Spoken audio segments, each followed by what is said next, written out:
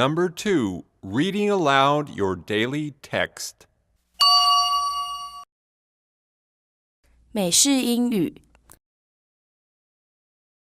在移民定居之后，美国方言式的英语开始迅速的演变，变成有别于英式英语。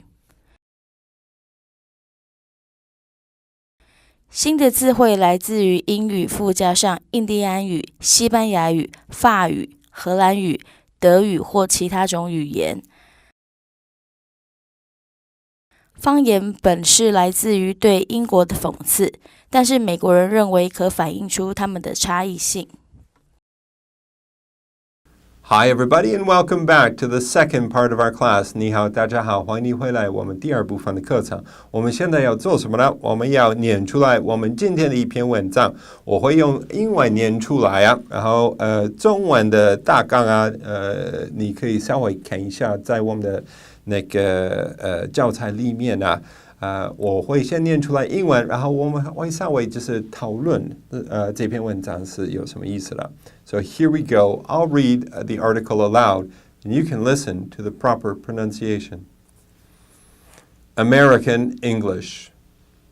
The evolution of an American dialect of English as distinct from the British began soon after the first English settlers arrived on the eastern coast of North America.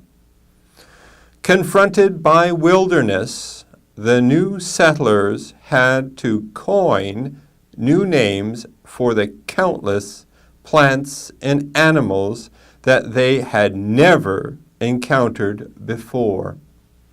More significantly, they came into contact with an unfamiliar native population that spoke a host of entirely unknown languages. These languages were a rich source for new words, and countless Indian words such as squash, raccoon, moose, and woodchuck were rapidly assimilated. As the American colonists moved inland, their language was further augmented as they encountered Spanish and French missionaries and traders. Spanish enriched the language with words like bronco, lasso, and stampede.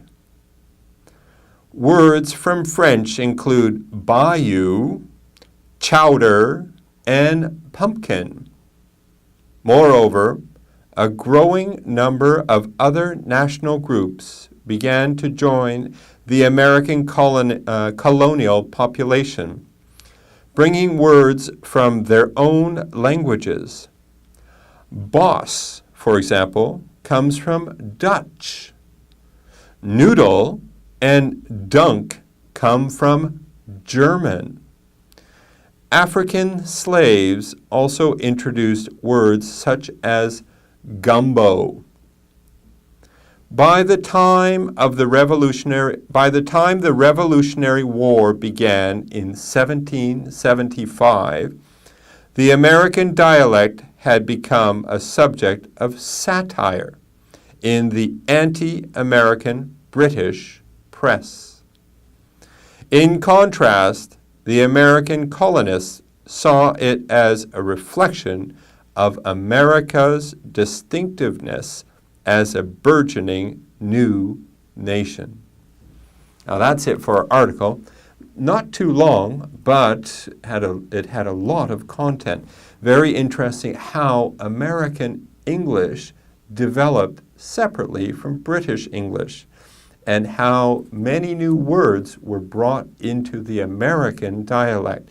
Some were coming from the native population, the Indian population in North America, some from Spanish, French, German, Dutch, and also at that time it was African slaves that were also incorporating their words into American English. The British didn't think it was too funny. They made fun of it, actually, and they thought it wasn't very good at all. But the Americans saw their new dialect as a sign that they were an independent and new country by themselves. Now that's it for our reading. 不要忘记你念这篇文章的时候，不要安静的念，要用很大声念出来。然后一石二鸟，你就可以复习你的阅读技巧，还有另外也可以复习你的发音还有绘画的技巧。That's it for our reading. Let's go on to the next part of our class.